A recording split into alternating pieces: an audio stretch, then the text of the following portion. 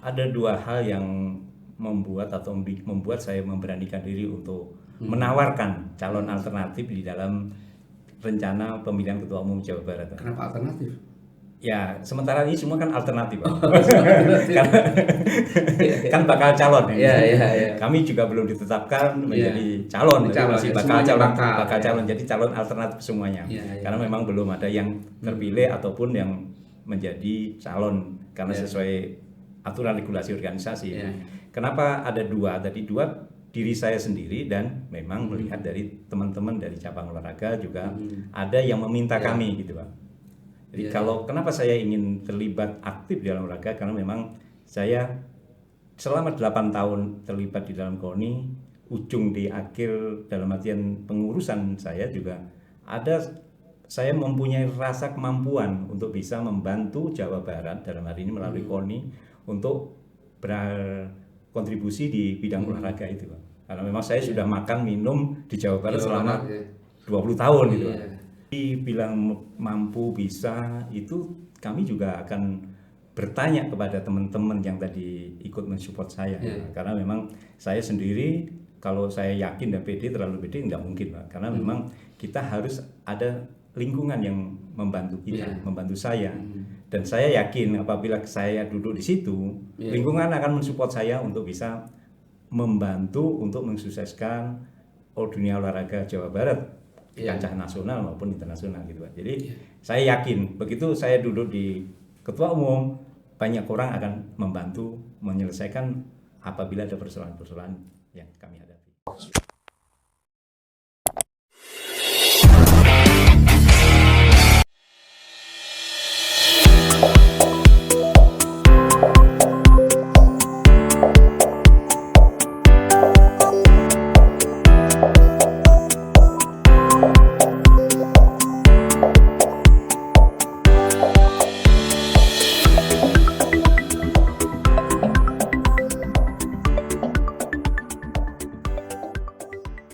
Apa kabar Pak Gunaryo? Kabar baik, Pak. Apa saya ini manggilnya Pak Gun aja gitu? Kalau saya biasa teman-teman manggil Mas Gun itu. Oh, Mas Gun. Karena saya Mas Gun. lahir di Jawa, Pak. Jawa. Wong Jawa, Jawa. arek Surabaya. Kediri, Pak, asli. Oh, Kediri ya? Iya, Pak. Oke, orang Kediri ini. Mas Gun gini, Mas Gun. Lengkapnya itu Pak Kolonel Teknik Dr. Gunaryo STMT. Iya, benar, Pak. Ya. Jadi dulu tuh Pak Gun memang seorang akademisi ya. Kalau saya masuk tentara itu setelah lulus dari sarjana, Bapak. Jadi yang namanya biasa kalau sekarang program itu perwira karir gitu, Pak. Perwira karir ya. Jadi mahasiswa dulu. Kemudian masuk tentara. militer. Iya. Sekarang nggak begitu kelihatan militernya malah, Pak. Karena mungkin sudah berumur. Ya.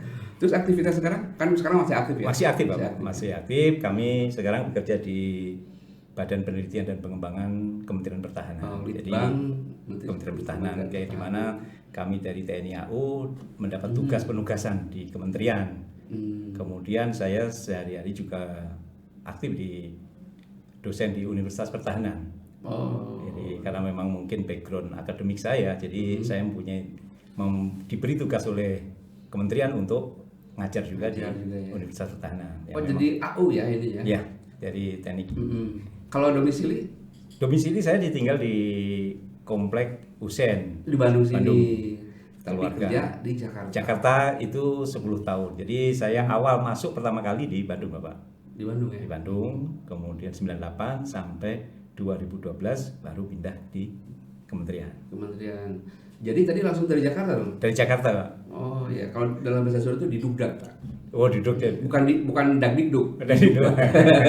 Didugdak langsung datang ke sini. Ya, ini merupakan kehormatan juga bagi kami, Mas Gun langsung datang dari Jakarta untuk ngobrol nih seputar ya dunia olahraga di Jawa Barat gitu ya. Nah, kalau aktivitas di keolahragaan apa ini? Alhamdulillah setelah saya tahun 2014 ikut di kepengurusan KONI Jawa Barat. Nah, setelah berjalannya waktu pertama kali saya jadi kepala bidang penelitian Litbang KONI Jawa Barat.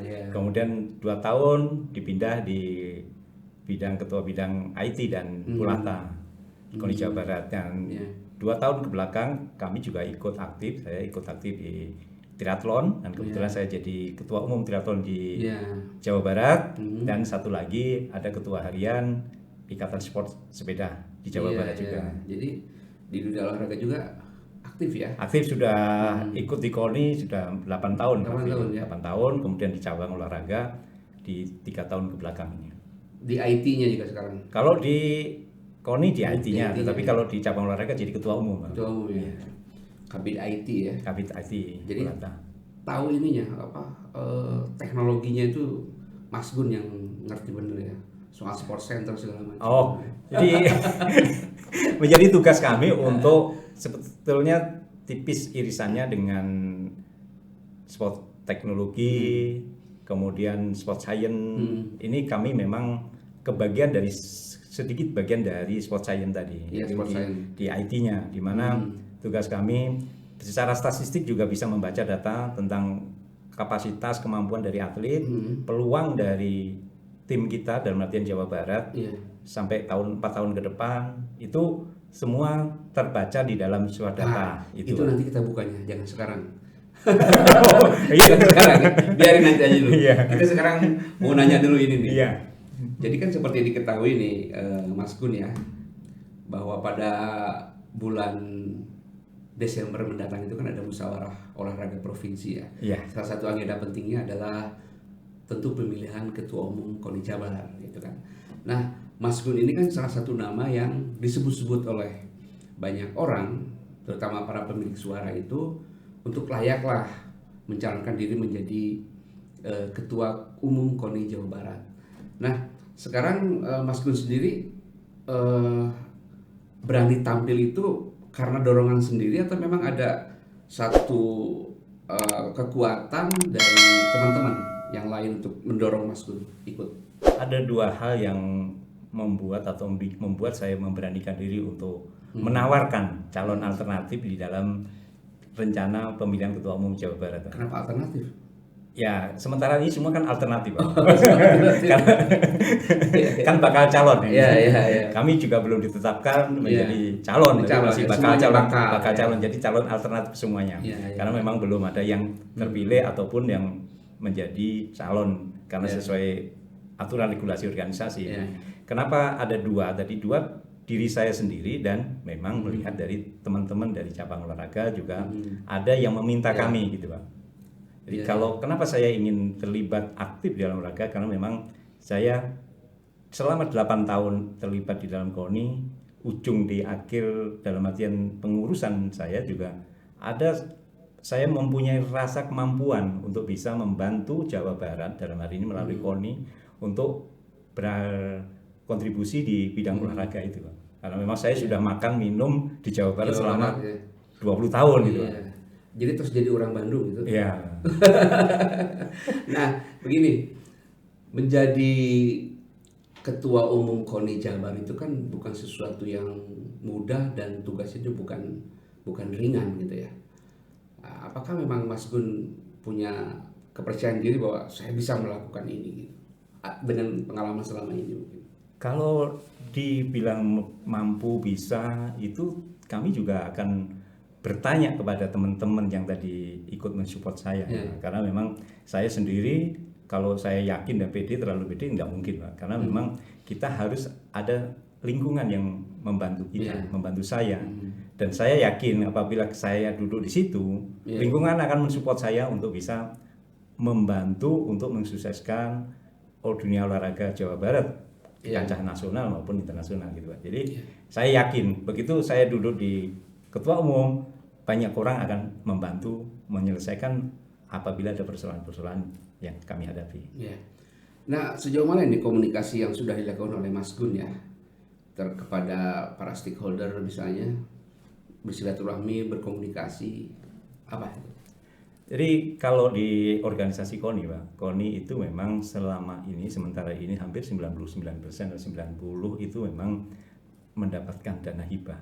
Nah, itu yang menjadi ganjalan sampai saat ini perjalanan sebuah organisasi keolahragaan. Sehingga mau tidak mau kita harus berkoordinasi, istilahnya yang tadi Bapak sampaikan, untuk dengan stakeholder dan lain-lainnya. Kami selalu mencoba untuk mencari alternatif. Saya yakin stakeholder, pimpinan daerah dan semuanya apabila saya duduk akan mendukung suksesnya keolahragaan itu. Tetapi yang saya ambil ada satu alternatif lain di mana ada kekuatan masyarakat yang harusnya bisa kita kolaborasikan, kita bisa koordinir, konsorsiumkan lah istilahnya untuk mensupport dunia olahraga yang selama ini memang belum terlalu dioptimalkan. Masyarakat umum yang punya kapasitas baik itu industri, kemudian masyarakat yang rela, yang suka tentang olahraga akan memberikan dukungan dan kontribusi yang lebih terhadap kita itu. Jadi tadi Mas Gun bilang bahwa memang ada aspek yang belum secara optimal dikembangkan ya. Nah kalau secara keseluruhan dilihat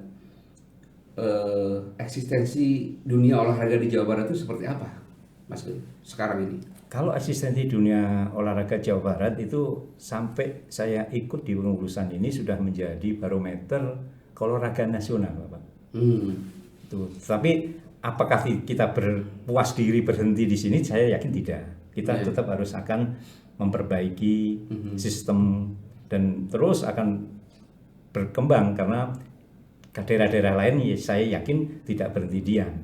Kalau kita puas dengan kondisi saat ini, ya besok lusa akan disalib oleh daerah-daerah lain. Iya, betul. Nah kalau melihat organisasi KONI Jabar saat ini, ada pandangan dari Mas Gun? Kalau saya sebagai orang internal KONI Jabar untuk melihat diri kita, itu ya saya anggap ini ya formasi yang sudah ideal untuk menjalankan keorganisasian di KONI Jawa Barat. Kenapa? Output yang kita lihat 2 kali juara PON itu merupakan output yang tidak bisa dielakkan bahwa organisasi yang ada di KONI Jawa Barat itu organisasi yang sudah solid dan bisa menghasilkan sebuah juara umum di 2 kali PON itu. 2 kali berturut-turut ya. Iya. Nah, tetapi mungkin sebagai orang dalam juga ya, Mas Gun bisa melihat ada sebetulnya bagian-bagian atau bidang-bidang yang bisa di-push lebih optimal lagi. Dan bagaimana Mas Gun melihat hal itu? Ya, yang tadi kembali lagi Pak, untuk bisa mengikuti perkembangan dunia keolahragaan itu 2 hal, 1 teknologi, kemudian 2 masalah supporting dan tadi mungkin Pak Anton sampaikan stakeholder bagaimana, stakeholder bukan hanya pemerintah tetapi masyarakat juga. Jadi teknologi yang berkembang itu yang perlu terus kita ikuti dan kita perbaiki di dalam internal KONI itu untuk bisa mengikuti perkembangan zaman. Nah, seandainya nanti Mas Gun ini terpilih menjadi Ketua Umum KONI Jawa Barat, program penting apa yang akan disodorkan yang prioritas? Yang tadi kembali lagi Pak, program hanya 2 saja Pak, tidak banyak-banyak. 2 yang tadi masalah ke teknologi sport science, karena memang semua sekarang itu serba terukur. Bermuara ke situ. Ya, bisa terukur semuanya. Yang kedua, bagaimana kita mencari pendanaan, mencari supporting itu tidak hanya dari pemerintah, jadi stakeholder yang lain tadi, bagaimana dari masyarakat, bagaimana dunia industri, kemudian dunia pengusaha yang mau mensupport ke bidang olahraga. Bukan berarti mereka mensupport dengan cuma-cuma, tapi kita juga akan memberikan kontribusi pada mereka sehingga ada timbal balik dari yang diterima dari teman-teman atau saudara-saudara di bidang pengusaha. Bagaimana beliau-beliau ikut terlibat di dalam olahraga, kita juga memberikan kontribusi. Bentuknya apa? Bentuknya mungkin dari pengiklanan, pemberitaan bersama-sama. Dunia olahraga dunia yang sehat, gitu kan. Jadi kalau orang terlibat di dalam keolahragaan, saya yakin orang-orang yang sehat, gitu. Iya. Mudah-mudahan. Iya. Tapi saya dengar juga kan ada satu regulasi yang mengatur soal bantuan dari swasta ke organisasi seperti KONI. Kan tidak begitu saja bebas masuk pendanaan dari luar, betul kan? Ya, justru di dalam regulasi perpajakan itu apabila orang untuk mengurangi pembayaran pajak itu bisa apabila sebuah perusahaan memberi kontribusi kepada dunia olahraga, dunia sosial, itu ada konversi keringanan pajak. Jadi ada. Iya. Kan sebetulnya kalau kita melihat kalau itu memang bisa dilakukan, Jawa Barat itu kan sebagai sebuah daerah yang dimana industri apapun di kita tuh ada, ya kan? Basic pabrik apapun ada di kita.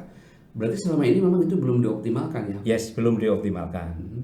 Kemungkinan memang teman-teman yang pengusaha itu kurang pendekatan, kurang kita berikan informasi yang banyak, atau mungkin memang merasa wah dikasihkan ke KONI hilang tanpa jejak.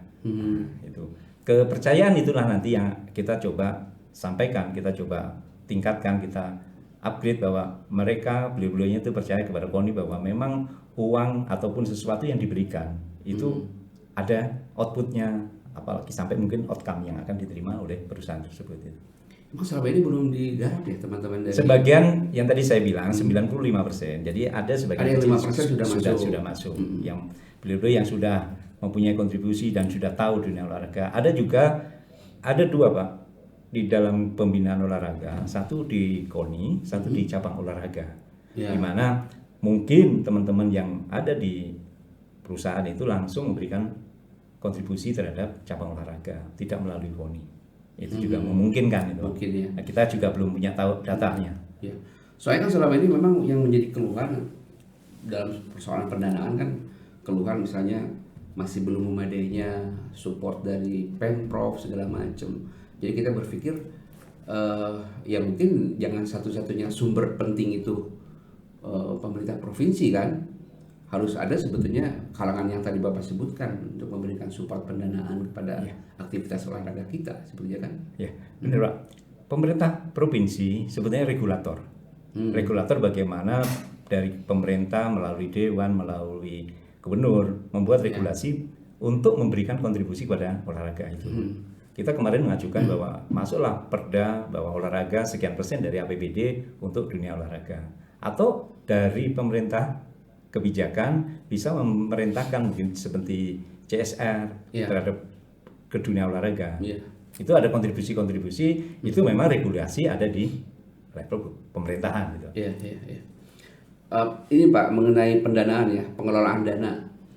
Bagaimana sebaiknya dana itu digunakan untuk pembinaan olahraga? Apakah langsung memang ditangani oleh KONI keseluruhan, ataukah KONI memegang sebagian, kemudian sebagian lagi diserahkan kepada cabur-cabur?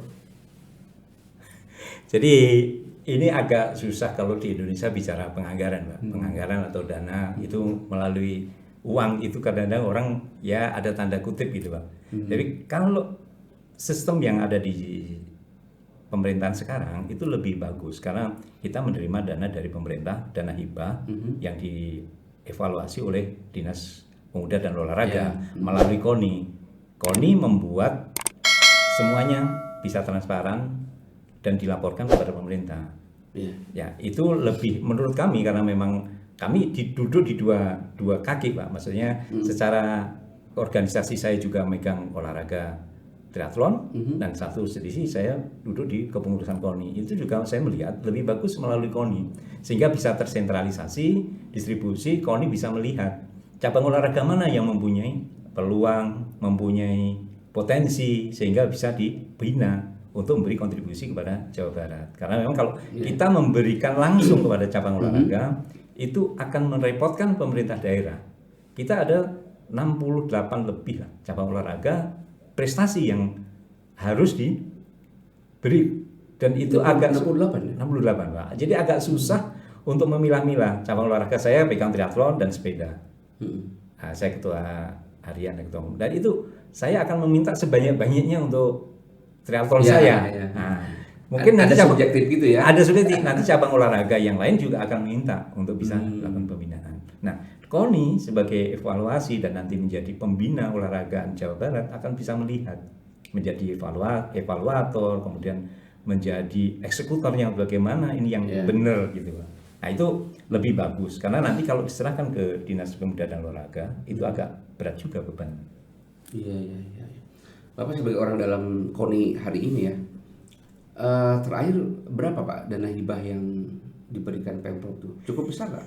Kalau yang tahun ini, yang terakhir tahun ini ya mungkin masih ada penurunan ya? Bukan penurunan sekali, ya dengan alasan pemerintah daerah memang kena kondisi COVID dan lain-lainnya. Itu refocusing dan lain-lainnya itu di angka 20 dengan kita melaksanakan PON kemarin, Porprov ya. Kalau PON kita full disupporting oleh pemerintah provinsi, karena itu mungkin untuk tampil ke event nasional. Jadi 356 miliar Bapak, itu kita menggunakan masih sisa sekitar 20 kita kembalikan lagi. Nah, tapi untuk tahun ini yang dengan kita menyiapkan Porprov yang notabene nanti hasil dari Porprov ini untuk kita siapkan untuk PON, nah itu sangat kurang. Agak repot ya? Agak repot, tapi ya KONI apapun yang diberi oleh bapaknya ya harus laksanakan. Kita manfaatkan sebaik mungkin. Nah, ini bicara soal PON kan, Jawa Barat itu sudah 2 kali menjuarai PON secara berturut-turut. Kalau 3 kali kan bisa jadi hat-trick gitu. Katakanlah misalnya Pak Mas Gun ini terpilih menjadi Ketua Umum KONI. Nah, kita melihat apa yang sudah ditunjukkan atau sudah diwariskan oleh Pak Ahmad Saifuddin ini kan sudah luar biasa. Artinya ini menjadi satu ukuran, ya kan, tolak ukur bahwa Ketua Umum KONI yang akan datang minimal harus sama dengan prestasi ini, memberikan jejak ini, lebih bagus lagi, lebih baik dari apa yang sudah diberikan oleh Pak Ahmad Saifuddin. Nah, kira-kira Mas Gun ini gimana nih? Jadi sebuah pekerjaan berat juga. Memang kalau ada sesuatu yang sudah baik, misalkan itu kita mau turun, itu kecelakaan bagi kita. Nah, maksudnya apa? Maksudnya kita kalau dibanding-bandingkan gitu kan dengan Pak Ahmad dan lain-lainnya. Saya yakin semua akan berharap bahwa kita nanti di PON Aceh dengan Sumatera Utara, kita juga akan memimpin keperolehan, menjadi tolak ukur, menjadi barometernya keolahragaan nasional. Tetapi jangan salah juga, itu bukan menjadi beban utama dari KONI, Pak. Itu beban masyarakat secara umum, masyarakat Jawa Barat. Masyarakat berkenan nggak? Masyarakat Jawa Barat ingin nggak untuk menjadi juara umum di PON 2024 nanti? Karena apa? Tadi kembali lagi, Pak, kita punya potensi, kita punya tujuan, semua itu harus ada supporting. Keinginan kita menjadi juara umum. Budget yang diberikan, yang tadi Pak Anton menyampaikan, diberikan oleh provinsi. Memenuhi nggak? Ada gap nggak? Kalau budget yang diberikan kayak kemarin kita di Papua 2 tahun berturut-turut dengan anggaran yang bukan saya bilang berlimpah, tapi maksud anggaran yang mencukupi dengan apa yang kita butuhkan, kita bisa menyampaikan oke, kita akan jadi juara umum. Tetapi saya tidak mungkin mendeklar bahwa saya nanti akan juara umum di Aceh dan Sumatera Utara. Tetapi begitu di tengah jalan supporting dari pemerintah, dari stakeholder yang ada di saat ini, atau masyarakat semuanya Jawa Barat tidak berkeinginan menjadi juara umum, ya saya hanya menyiapkan sumber daya aja, Pak. Atlet kita baik yang bagus-bagus, tapi begitu masuk Pelada, anggaran tidak ada. Nah, itu, Pak. Jadi kalau saya ditanya, siap nggak? Saya siap untuk memimpin Jawa Barat menjadi hat-trick lagi. Tetapi saya juga harus dibantu dong. Tadi saya bilang tadi di awal bahwa kalau saya duduk jadi ketua umum KONI, pasti akan dibantu oleh masyarakat. Nah, itu. Jadi itu kita berbicara soal daya dukung dan potensi. Ya kan? 2 hal ini memang sesuatu yang tidak bisa dipisahkan. Nah, sejauh ini memang melihat daya dukung dan potensi ini sudah seiring sejalan di Jawa Barat. Nah, ini, Pak, itu jadi suatu hal yang sering terus berulang-ulang. Bukan hanya di Jawa Barat, Pak. Di daerah lain pun sama. Di daerah lain itu di nasional, Pak. Jadi siapa yang menjadi kedekatan dengan pemerintah itu akan disupport habis-habisan. Yang tidak dekat dengan pemerintah tidak disupport. Itu saya melihat pemikiran-pemikiran yang kolot, yang kuno. Tapi saya yakin berjalannya waktu pemerintah daerah Jawa Barat khususnya akan terbuka bahwa siapapun yang duduk di situ harus kita support bareng-bareng. Kecuali, Pak, kalau melakukan tindakan melanggar hukum, melakukan korupsi, oke, kita bisa adili. Tapi kalau hanya karena kepemimpinan, siapa orang siapa, itu hal yang sangat naif apabila sebuah kebijakan tidak mendukung. Gitu, Pak. Betul. Itu yang sering jadi kalau pemerintahan, oh ini pakai partai politiknya siapa, pakai kendaraan siapa. Alhamdulillah saya TNI itu paling netral, Pak. Jadi dengan kenetralan saya itu, saya berharap semua chemistry atau semua orang masyarakat, oh ya ayo kita bareng-bareng berguyup untuk mendapatkan sesuatu yang maksimal untuk Jawa Barat gitu. Tapi bau-bau politik memang nggak bisa dihilangkan. Kecium aja baunya tuh, kecium ya. Karena melihat politik apa sih yang akan dimainkan di dalam KONI itu? Hanya suara, Pak. Ya, betul. Kalau kita duduk di situ dengan memberikan sesuatu kontribusi yang bagus, suara akan berpihak kepada kita kok. Apa kita mau dapat uang? Nggak ada duitnya, Pak, di KONI. Ya. Makanya saya heran, nggak ada duitnya tapi Bapak kok mau gitu. Karena saya dari kecil, dari masuk tentara itu hanya satu, Pak, untuk negara. Ya, di mana bumi dipijak, di situ ide ya. Saya bukan berarti orang Jawa Timur yang menyusup di Jawa Barat, ya. Saya di mana saya di bumi dipijak, karena olahraga itu sifatnya universal, Pak. Ya, betul. Ya. Seperti jadi, musik ya. Ya, jadi tidak bisa saya orang Jawa Barat. Ya, saya di Jawa Timur, dulu Jawa Barat universal, siapapun boleh kontribusi kok. Iya, masih NKRI. Iya. Nggak usah pakai paspor kan ya. Iya. Jangan sampai, Pak, gitu. Buat paspor itu. Iya. Nah, sejauh ini, Pak, yang Bapak lihat nih, pembinaan kepada atlet di Jawa Barat sudah berjalan ideal. Kalau ideal tidak, Pak. Di dunia tidak ada yang ideal. Ya, jadi lebih bagus saya bilang sebagai barometer, sebagai guru di nasional memang ya. Tetapi kalau ideal agak susah kita bicara ideal. Karena memang tuntutan dari atlet, kehidupan atlet itu harus seiring dengan prestasi yang dia dapat. Ya. Nah, kita belum bisa sampai segitu, Pak. Karena ya sehingga, Pak, ada tanda kutip, ada dari yang lainnya. Ya kalau ujuk-ujuk apa istilahnya di Jawa Barat itu, yang istilahnya merayu mereka untuk bisa berganti dan lainnya, itu kalau ideal sama sekali itu tidak ada, tapi ini kenyataan masih ada. Bagaimana atlet itu ingin berkontribusi melalui daerah lain dengan imbalan sesuatu, itu juga kita tidak pungkiri, rasional dan realistis, karena memang mereka bermain di Jawa Barat, melihat dalam artian melihat mereka masa depan, saya ada senior, saya bisa berkembang di daerah lain, ya enggak. Jadi itu karena itu tadi, kalau ideal tidak ada ideal, tapi kita akan bekerja terus menuju sesuatu yang baik gitu, Pak. Iya. Ya itu, Pak. Nanti ini tersambung ya, artinya Jawa Barat itu mungkin juga daerah lain setiap akan mengadakan sebuah perhelatan yang besar itu selalu muncul keluhan yang klise itu, Pak. Atletnya tiba-tiba hilang, gitu kan, Pak. Padahal dia potensial, penyumbang emas segala macam. Alasannya tadi Bapak bilang bahwa itu bisa dimengerti, manusiawi, wajar gitu kan.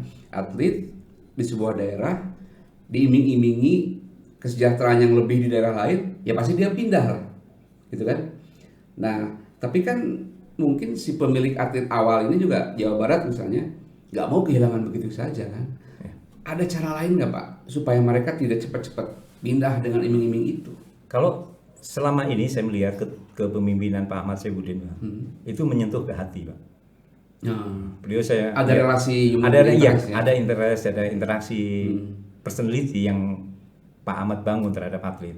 Jadi saya mengikuti beliaunya itu 24 jam non-stop dan WA terhadap dari siapapun diterima. Keluhan dari atlet akan ditindaklanjuti.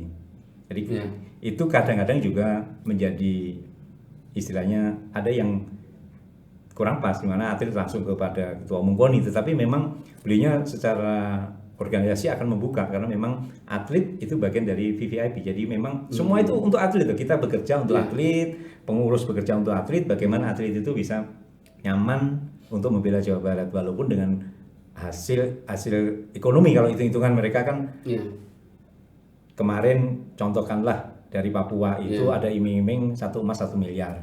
Nah, orang kalau silap dengan harta saja kan pasti banyak yang pindah ke Papua gitu, Pak. Tapi ternyata hanya 1-2 orang yang memang itu ada hitung-hitungan tersendiri kita untuk pengembangan atau pembinaan olahraga di Papua. Tapi yang lainnya tetap ingin membela Jawa Barat karena memang sudah ada kedekatan, merasa kalau orang Jawa Barat, orang Sunda, kumaha kayak pindah ke lain daerah, balik lagi malu dan lain-lainnya. Jadi bagaimana tetap rasa memiliki Jawa Barat itu dibangun oleh Pak Ahmad. Jadi presentasinya kecil ya kalau pun ada yang pindah. Misalnya kecil, dan itu memang ada sedikit yang mungkin Pak Anton tadi sampaikan, ada yang diiming-imingi, ada memang yang merasa tergiur. Kemungkinan juga ada, Pak, ini orang-orang oknum di dalam organisasi ingin memanfaatkan atlet tersebut. Karena kalau atlet itu pindah, beli-beli dapat kompensasi gitu, Pak. Betul, ya betul. Ya namanya jual beli kan, ada fee, ada komisi di situ pasti. Makanya sekarang KONI pusat itu membuat regulasi, ditransparankan sekalian. Bagaimana kalau ada transfer, ada mutasi dan lain-lainnya. Tetapi harus jelas aturannya sehingga tidak ada merasa oh atlet saya dicuri, atlet saya sembunyi pindah. Itu sekarang regulasi itu sudah dibuat sedemikian transparannya. Jadi orang tidak merasa oh atlet itu menjadi pengkhianat pindah ke sana, bukan. Selama regulasi diikuti, aturan-aturan yang main kita ikuti, itu tidak ada. Olahraga sesuatu yang fair, sesuatu yang gentle, jadi tidak boleh kita tanyakan pengkhianat dan lain-lainnya. Olahraga kita bermain untuk menjadikan sesuatu yang terbaik gitu. Iya. Nah, Bapak ini kan bergelut di bidang IT di KONI kan. Iya. Tentu ini kaitan erat juga dengan pengembangan sport science ya. Nah, ini bagaimana Pak untuk mengembangkan ini sehingga prestasi, pembinaan segala macam bisa terukur oleh ilmu pengetahuan itu? Iya. Jadi itu yang kemarin saya kebetulan kalau saya bikin simulasi kecil di triathlon, triathlon Jawa Barat, ya ini boleh saya berbangga diri Pak. Matur mohon maaf ini, saya tidak bisa. Jadi bebas Pak. Ya bebasnya. Jadi atlet yang ikut SEA Games di kemarin mewakili Indonesia itu 85 dari Jawa Barat. 85. Bukan, 8 atlet. Oh, 8 atlet. 5-nya dari Jawa Barat. Oh, 5 dari Jawa Barat. Jawa Barat dan itu campnya ada di Bandung. Kebetulan saya ketuanya. Jadi bagaimana mensimulasikan memang di situ ada sport medicine-nya. Kemudian fisiologinya, Pak. Fisioterapinya. Kemudian nutrisi. Ada 4 hal ini yang harus kita support terhadap keberhasilan sebuah atlet itu. Ada atlet yang pinter bermain psikologi, tetapi jiwanya tidak kuat badannya itu. Nah, nutrisinya ternyata kurang, Pak. Ada yang nutrisinya lengkap dan lain-lainnya, psikologinya nggak mampu. Jadi harus lengkap itu. Iya. Jadi kami di IT aja itu hanya membaca data statistik, Pak. Nah, dapatnya dari mana? Dari tadi saya bilang sport medicine, sport yang nutrisi, kemudian sport yang di psikologi, kemudian fisioterapi. Fisioterapi faal anak-anak. Jadi di Korea sudah berkembang tentang elemen tubuh ini cocok nggak jadi pantun punten Pak. Ini gen saya kalau dicoret gitu, oh ini anak ini cocoknya renang, oh ini anak ini cocoknya atlet, itu sudah ada teknologinya. Nah di Jawa Barat itu sudah mulai? Belum Bapak, makanya nanti kita berharap ke sana. Tapi kan cikal bakalnya sudah dimulai. Ya kami baru ke tadi Pak, jadi coba mensimulasikan waktu pelatnas. Kebetulan kami mendapat tanggung jawab pelatnas triathlon di Jawa Barat, kami coba push ke sana itu. Jadi teman-teman, alhamdulillah teman-teman dari UPI support, kemudian dari ITB support. Kita tidak bisa meninggalkan universitas atau kampus dalam pembinaan olahraga karena 3 hal tadi Pak, yang tadi saya bilang, stakeholder pemerintahan, kemudian pengusaha dan kampus Pak. Kita itu hanya eksekutor, hanya pelaksana gitu Pak. Jadi mana kita supportingnya? Ya tadi Pak, kalau akademisi bisa support kita, pemerintah bisa support kita, masyarakat melalui pengusaha tadi support kita, selesai Pak masalah kita itu. Iya. Nah, apa yang menjadi hambatan ya? Kenapa aspek itu sport science itu belum bisa dikembangkan secara maksimal optimal lah di kita? Satu, memang kita terkendala sumber daya orangnya, manusianya, siapa yang duduk di situ, kemudian fasilitas. Fasilitas laboratorium memang harus supporting terhadap itu. Tapi kemarin contoh misalkan di ITB membuat laboratorium anti doping gitu, ngecek, tapi di tengah jalan ada sesuatu hal. Kemudian di UPI ada yang peralatan yang support dari pemerintah juga sudah mulai, tetapi memang kita masih belajar tahap ke situ.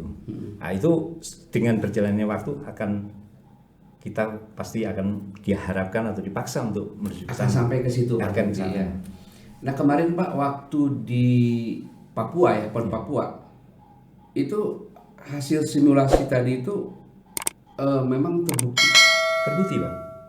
Jadi gini Pak, di dalam olahraga ada dua hal yang bisa kita hitung, yang olahraga terukur, kemudian yang tidak terukur. Tetapi tidak terukur itu juga akan kita pecah lagi Pak.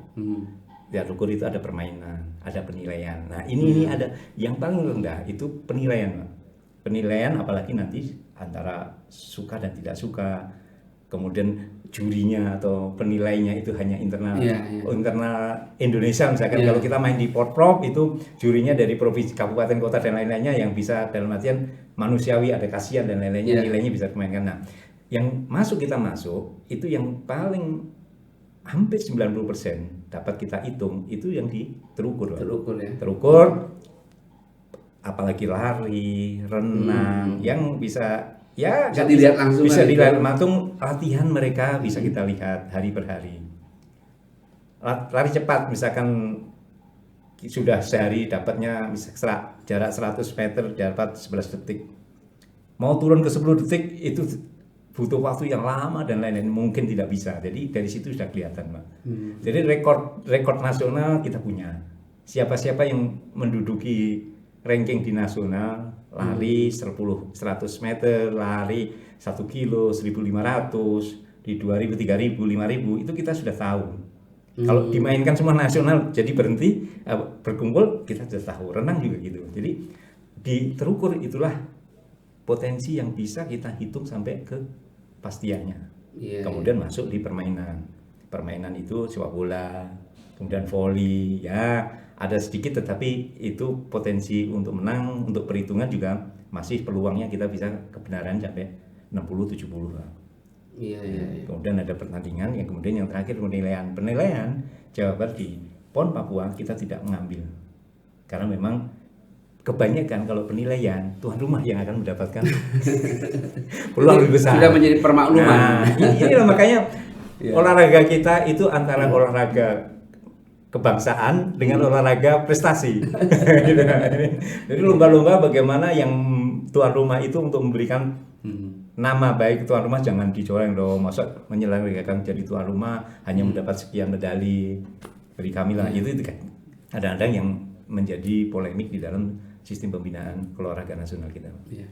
Tapi yang tadi itu yang sport science itu daerah lain pun sudah mulai kan sama kan? Mulai. Ya, kalau saya melihat, saya sering berkomunikasi dengan teman-teman KONI daerah, KONI provinsi lain, ya memang yang sudah jalan yang ya kita bisa lihat mata lah, di mana di situ ada universitas, di situ ada dukungan dari pemerintah, itu akan pasti berkembang. Pasti berkembang. DKI, Jawa Timur, Jawa Barat sudah termasuk yang bagus, tetapi ya kalau kita keluar ke luar negeri, ke Korea, ke Singapura jauh tertinggal juga, Pak. Tapi di Indonesia saya bilang tadi, Pak Anton nyatakan ideal, belum ideal kita, tapi Jawa Barat itu sudah termasuk paling bagus di nasional. Nah, butuh berapa lama lagi kita untuk mencapai tahapan bahwa alat ukur itu benar-benar menjadi sesuatu yang ideal dalam olahraga kita?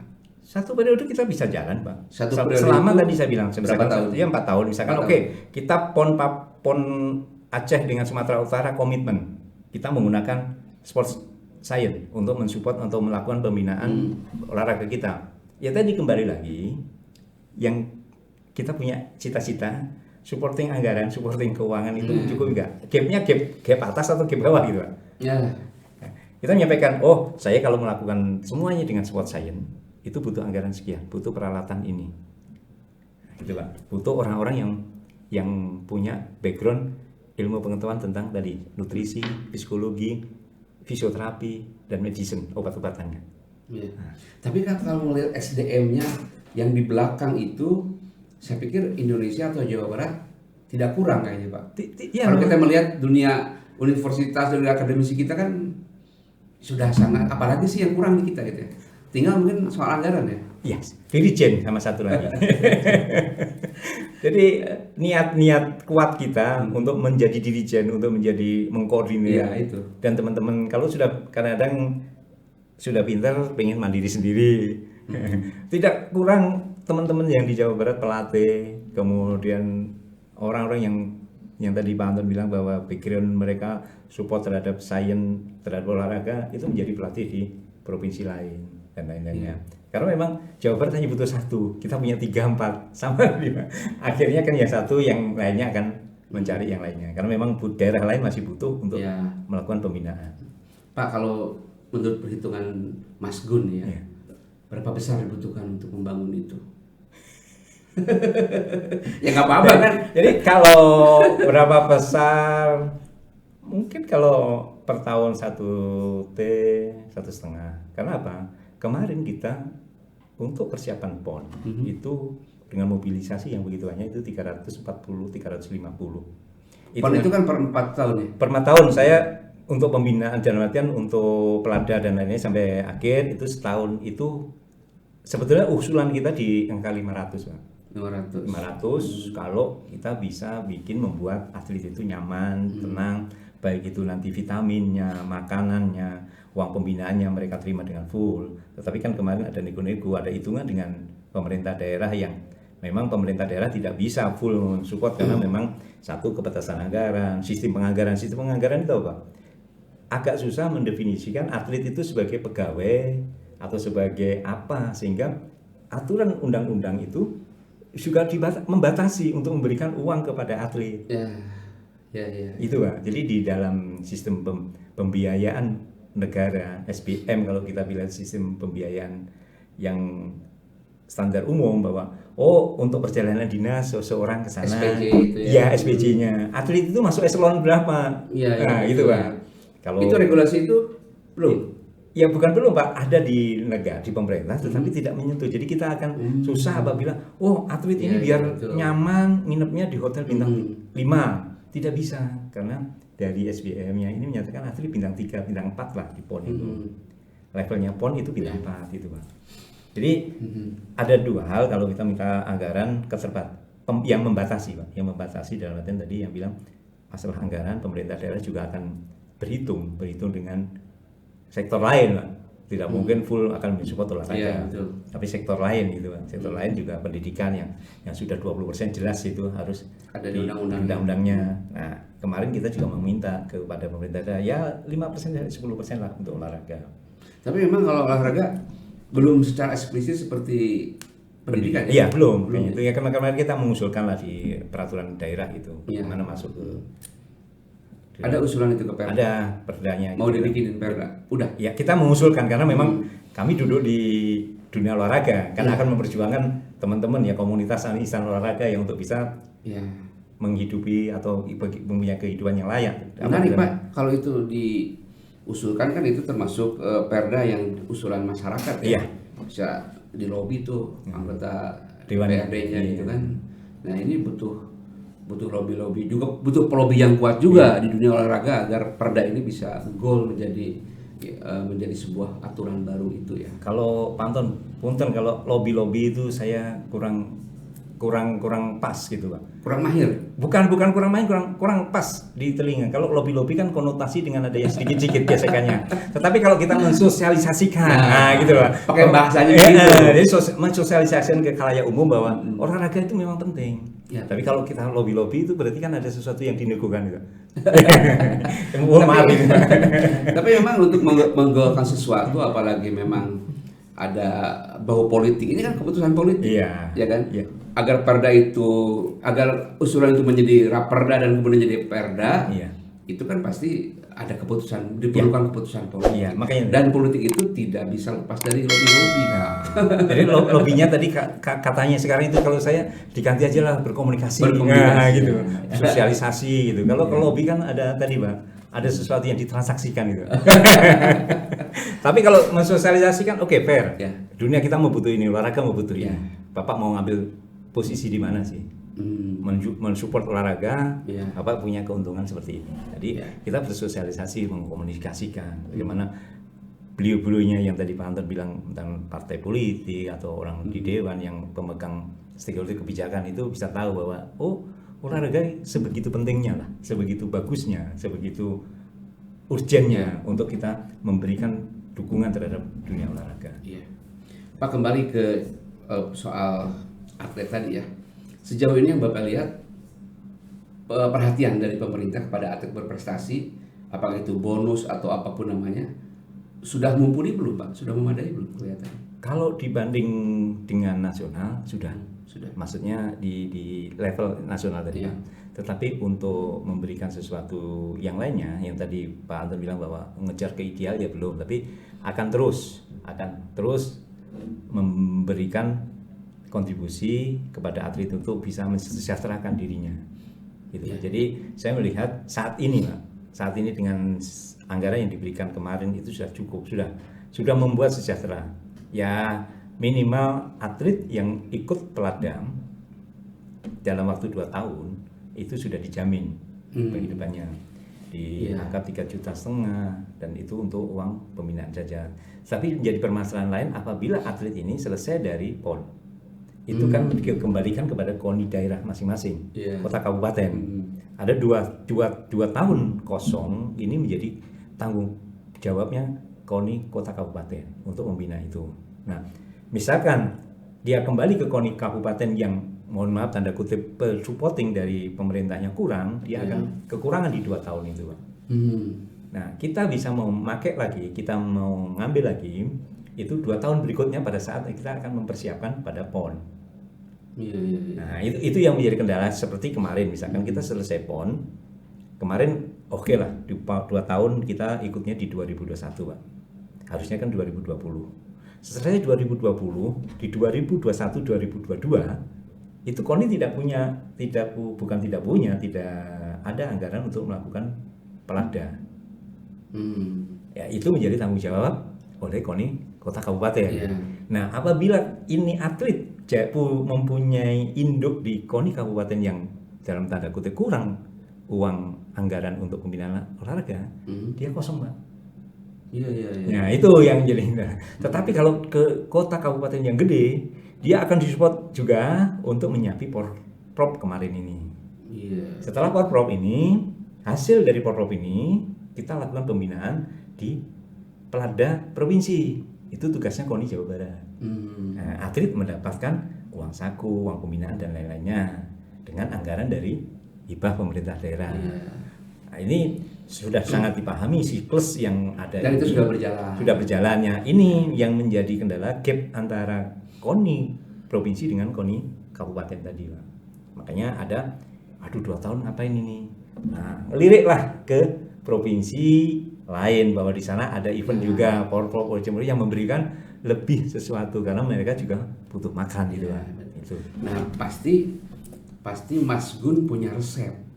Agar yang tadi 2 tahun itu tidak menjadi sesuatu waktu yang sia-sia dan kemudian atlet memutuskan untuk keluar dari Jawa Barat kan. Pasti punya resep. Jadi gini, Pak. Resep kami mencoba ya sudah dilakukan oleh Pak Ahmad dan kepengurusan sekarang, tapi itu akan nanti diperbaiki bahwa Porprov itu kan yang tadi menjadi olahraga atau istilahnya pekan olahraganya provinsi. 1 untuk mencari pembibitan atlet-atlet baru, 2 untuk mensejahterakan atlet yang sudah jadi tadi, Pak.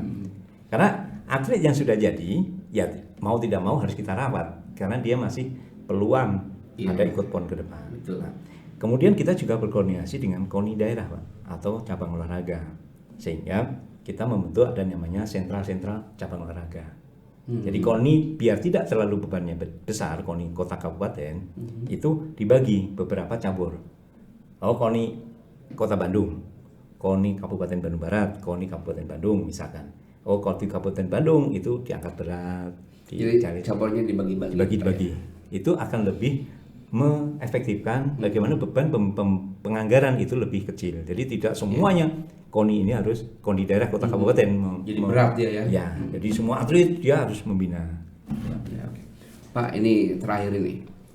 Apa yang ingin Bapak sampaikan ya dalam beberapa kalimat ini kepada para pemilik suara nanti di musyawarah olahraga provinsi bahwa mereka harus memilih Bapak gitu loh sebagai calon ketua umum KONI Jabar. Kira-kira apa yang akan disampaikan? Kalau saya tidak memaksakan mereka harus milih saya, Pak. Kalau teman-teman ketua cabang olahraga berminat membangun olahraga, ya bareng-bareng dengan saya. Gitu, Pak. Ya kan harus ada ini, Pak. Artinya mereka tuh merasa, oh iya benar saya harus memilih. Ya tadi, Pak. Mas Gun ini loh. Gitu. Jadi ayo bareng-bareng dengan saya kalau ingin membina olahraga di Jawa Barat. Kalau tidak mau, ya berarti kalau kalau tidak mau jangan pilih saya gitu. Bukan. Bukan berarti kalau tidak milih saya tidak ingin membina kota Jawa Barat. Tapi kalau ingin membina olahraga Jawa Barat pilihlah saya gitu kan. Oke, ini Mas Gun sebuah apa ya percakapan yang sangat mencerahkan dan dapat banyak ilmu dari percakapan ini, tapi kita harus akhiri percakapan ini. Terima kasih ya Mas Gun. Iya Pak Anggur. Semoga bisa membangun Jawa Barat. Iya, terima kasih ya di dunia olahraga. Terima kasih kesempatan yang diberikan yang luar biasa kepada saya untuk bisa memberikan apa-apa yang ada di pikiran saya untuk kedepannya, khususnya olahraga di Jawa Barat ini Pak. Saya mengucapkan terima kasih dan kembali lagi terima kasih juga kepada pemerintah Provinsi Jawa Barat, masyarakat Jawa Barat yang sudah memberi penghidupan kepada saya selama 20 tahun di Jawa Barat ini. Sudah merasakan air, berasnya gitu ya, tanahnya semuanya lah gitu di Jawa Barat, dan saya juga rumah kedua saya ya di Jawa Barat ini Mas.